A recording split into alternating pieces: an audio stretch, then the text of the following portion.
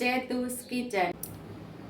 આજે આપણે બનાવીશું ટેસ્ટી એવું રીંગણા બટેકાનું શાક બનાવશું। તો એવું જરૂરી નથી કે જે નાના રીંગણા હોય છે એનું ભરેલું જ શાક થાય છે, એના આપણે ટુકડા કરી અને ભરેલા શાક જેવો સ્વાદમાં પણ આપણે શાક બનાવી શકીએ છીએ। ઘણીવાર એવું બનતું હોય છે કે આપણે નાના બટકા કરીને શાક બનાવતા હોય છે તો એ મોરું અથવા તો એમ કે ફીકું બને છે, તો એવું નહીં બને। આજે આપણે એવી રીતે શાક બનાવશું કે બટકા કરીને શાક બનાવશું છતાં પણ એ ભરેલા શાકનો સ્વાદ આવે અને સરસ ટેસ્ટફુલ બનશે એવું શાક આપણે બનાવશું। તો એના માટે અહીંયા રીંગણા લીધા છે, 2 બટેકા, 1 ટમેટું, લીલા ધાણા, 1 મુઠ્ઠી જેટલા માંડવીના બી એટલા જ આપણે અહીંયા ગાંઠિયા લીધા છે અને 1 લસણનો ગાંઠિયો ફોલી લીધો છે। જે પ્રમાણે લસણ તમે ખાતા હોય એ પ્રમાણે ઓછું વધુ તમે કરી શકો છો। રેગ્યુલર મસાલાની અંદરથી મસાલાનો ઉપયોગ કરશું અને મીઠું અને તેલ। તો પહેલાં આપણે રીંગણાને સુધારી લઈશું।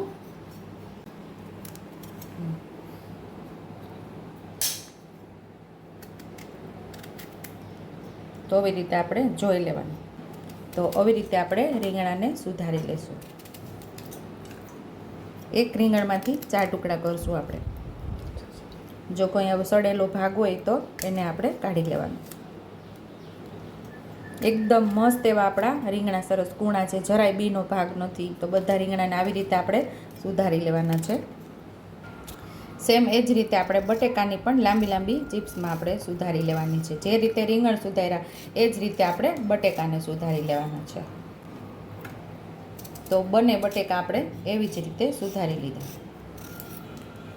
રીંગણા અને બટેકાને આપણે એક બાઉલની અંદર પાણી રાખેલું છે અને થોડું મીઠું ઉમેરીને એમાં જ આપણે સુધારી લીધા છે, એટલે કે આપણા રીંગણા કાળા પણ નહીં પડે અને કરછા પણ નહીં થાય। તો આને આપણે સાઈડ ઉપર રાખી અને ટેસ્ટી એવો આપણે મસાલો તૈયાર કરી લઈએ।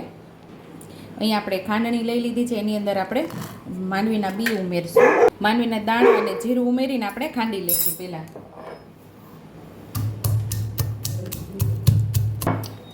તો અહીંયા આપણે માંડવીના દાણા ખાંડી લીધા છે ને હવે આપણે કોઈ પણ વેરાયટીના તમે ગાંઠિયા આમાં ઉમેરી શકો છો। તીખા ગાંઠિયા, સેવ કે ચવાણું ગમે તે ઉમેરી શકો છો।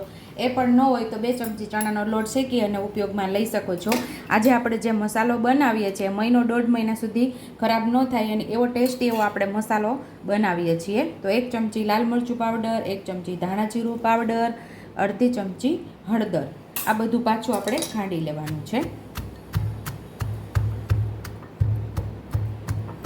તો અહીંયા આપણો ટેસ્ટી એવો મસાલો તૈયાર થઈ ગયો છે। આ મસાલો તમે ફ્રીજની અંદર સ્ટોર કરીને કોઈ પણ ભરેલા શાકની અંદર ઉપયોગમાં લઈ શકો છો। તો આને આવી રીતે સ્ટોર કરી શકીએ છીએ। તો હવે આપણે લસણ અલગથી ખાંડશું, કારણ કે જો આ મસાલો આપણે સ્ટોર કરવો હોય તો આની અંદર આપણે પહેલાંથી લસણ નહીં ઉમેરવાનું, જ્યારે આપણે ઉપયોગમાં લેવાનું હોય ત્યારે આપણે લસણ ખાંડીને આની અંદર ઉમેરવાનું છે। તો હવે આપણે મસાલો તૈયાર કરી લીધો છે, તો હવે લસણ ખાંડી લઈશું આપણે। ચપટી મીઠું ઉમેરી અને મસાલાને લસણને ખાંડી લેશું। અહીંયા આપણે લસણ પણ ખાંડી લીધું છે, તો મસાલા સાથે આપણે એને ઉમેરી દઈશું અને સ્વાદ મુજબ આપણે મીઠું પણ ઉમેરી દઈશું।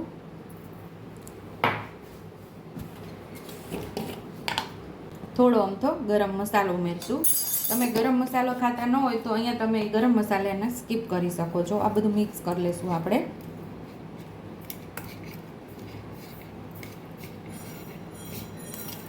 તો અહીં આપણો મસાલો ટેસ્ટી એવો મસાલો તૈયાર થઈ ગયો છે। તો અહીંયા આપણે નાના 1.5 ચમચા જેટલું તેલ ઉમેરેલું છે, તેલને આપણે ગરમ થવા દઈશું। તો અહીંયા તેલ ગરમ થઈ ગયું છે, તો અડધી ચમચી જેટલી રાઈ ઉમેરશું, અડધી ચમચી જેટલું જીરું ઉમેરશું।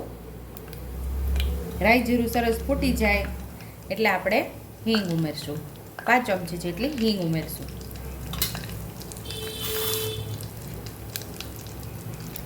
અહીંયા આપણે ટમેટાનો વઘાર કરી દઈશું।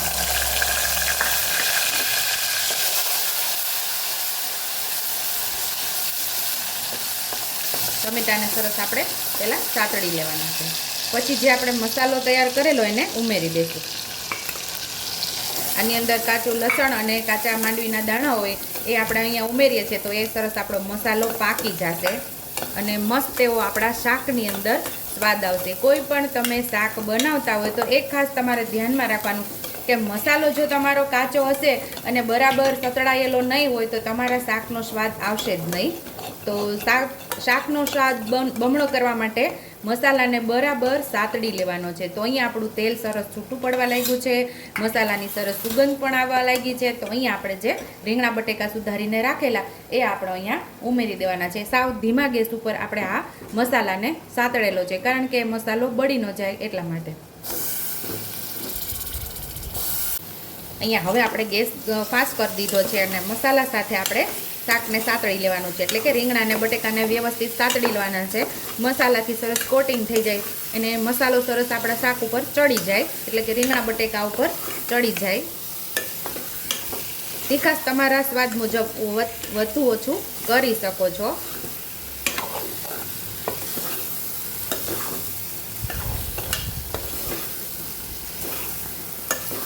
શાક મસ્ત એવું સતળાઈ ગયું છે. તો જે પ્રમાણે ગ્રેવી અથવા તો તમારે રસો જોઈએ એ પ્રમાણે તમારે અહીંયા પાણી ઉમેરવાનું છે.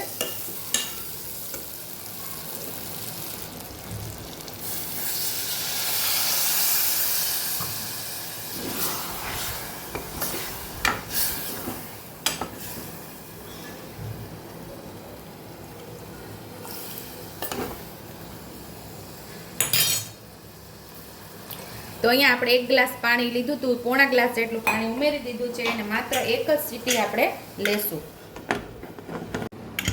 જાતે હવા રિલીઝ થઈ ગઈ છે કુકરમાં. હવે આપણે શાકને જોઈ લેવાનું છે.